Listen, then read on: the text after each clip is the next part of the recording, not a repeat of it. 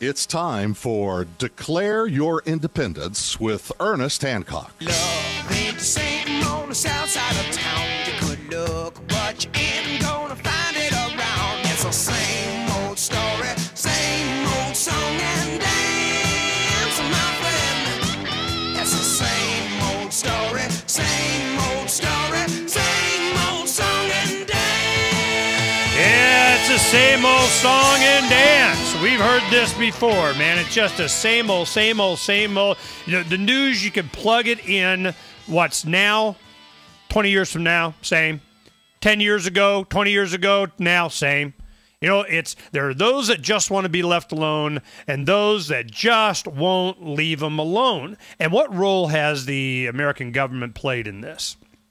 Right now, as our guest, Husain Abdulla, he's the director of Americans for Democracy and Human Rights in Bahrain. He had been telling us about Bahrain declares a state of emergency. Now, the King of Bahrain is like, help me, please. Well, you got the Fifth Fleet there. You know, the United States Navy, they got thousands of troops sitting there. Hey, man, we're out of this. We have it wouldn't be prudent at this juncture for us to have any kind of anything. Really. You think they're totally outside of this deal? That they're not having any influence? There's somebody they're not talking to on the phone.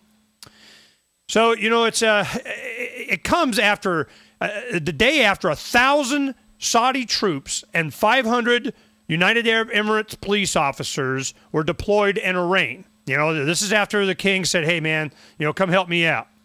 Now, they called for these troops after thousands of protesters just started, flowing all over the streets over this last weekend. So this is a direct challenge to the authority.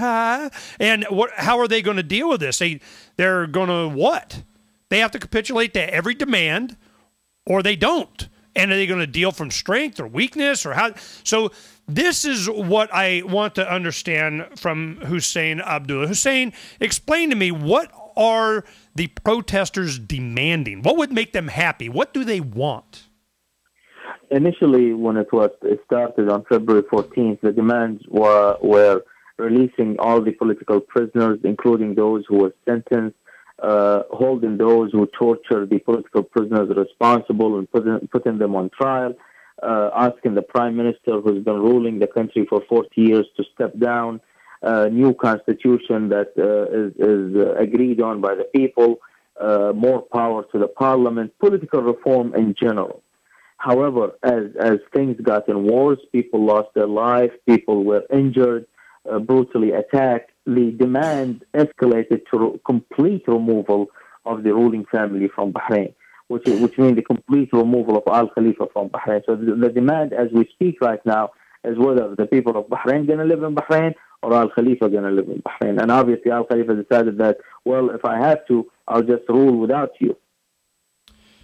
Okay, this is one thing I'm seeing also, reading here that Iran has had their say on this, so Bahrain pulls their ambassadors. We have the United States, Hillary Clinton coming up and generally speaking about the Middle East and all of these protests, that the governments need to be restrained, not to, bend the violence, not to try and force their way on the people, not to, and at the same time that she was given this speech, I think it was at George Mason University, we have ex-CIA analyst Ray McGovern standing there wearing a shirt that, give peace a chance or something, and they're beating him up, bloodied, bruised, arrested.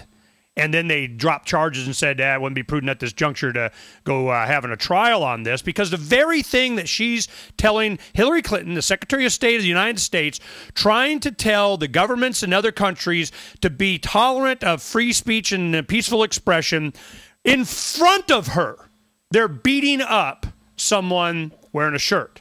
So I'm going, and she obviously saw him, and I'm going, all right. So here we have Ahmadinejad's ministers or whatever, his government, they're coming having their say on this. So then they pull. And it just reeks of the United States government directing this thing. And I'm going, what is the position in Iran? How is it that they even have a comment? What's their connection? What do they care? Well, obviously what they care about is two things. One, they don't want Saudi Arabia to get more powerful, and they consider that if Saudi Arabia moves into another country, it's like they're violating the sovereignty of another country that is so close to Iran. And if such thing is done, then you basically have the Saudi arm much stronger facing Iran. The other aspect, which is more important than the first one, is the Bahrain population. The majority of Bahrain are Shia Muslim, and Iran is Shia Muslim. So it's like, you are my brother, and I'll do my best to protect you. And from that standpoint, the Iranian are showing their muscle that, look, even if the United States is going to support the Saudi move to invade Bahrain, we might come and play here and protect you. However, I don't think Iran is serious. I don't think Iran is going to put their troops in jeopardy for Bahrain, because they might drawn into a long war, and then maybe even the United States will have a good reason to attack Iran and start something that Iran is trying to avoid for a long time. Well, is there a... See, if I'm looking into the future, let's imagine this, Husain. We look, let's give it a year, okay? It's, the oil thing, the nuclear thing, the 2012 presidential election things kind of going on. We're in the middle of all this and so on. What would be a popular outcome? What would make everybody happy except the United States government? I mean, would the Iranians, would the Shiite and the Sunnis, would they accept the Fifth Fleet being based in Bahrain? Is that a goal to get rid of that? Is that a sticking point, or is that even on the table? Does anybody care? No, I don't believe it's on the table. But look, the most, I mean, we really need to create ourselves. Why we see two realities. When Gaddafi attacks his people, we are all up in arms and even talking about no-fly zone and human rights, and President Obama come on TV and say Gaddafi must go. But when we have a situation where another country is invading Bahrain to kill the people of Bahrain and to protect its ruling elite, which is not even 1% of the population, we are just hush talking about it. This is a serious problem. This is like if the Soviet Union invaded Afghanistan 20-some years ago and we just sat and did nothing. This shows what kind of hidden and secret dirty relationship we have with these sheikhs and these regimes in the Persian Gulf country, that we're willing to give up our values of believing in human rights and human dignity for oil and Fifth Fleet base, although we can protect all that and having the people of Bahrain also live in democratic rule.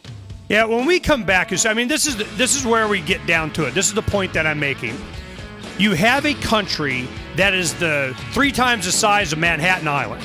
You have it, with the token king doing the interest of Saudi Arabia and ultimately the United States. We have the Fifth Fleet there, which is no small task. Thousands of U.S. military there. And our role should be what? Maybe leave.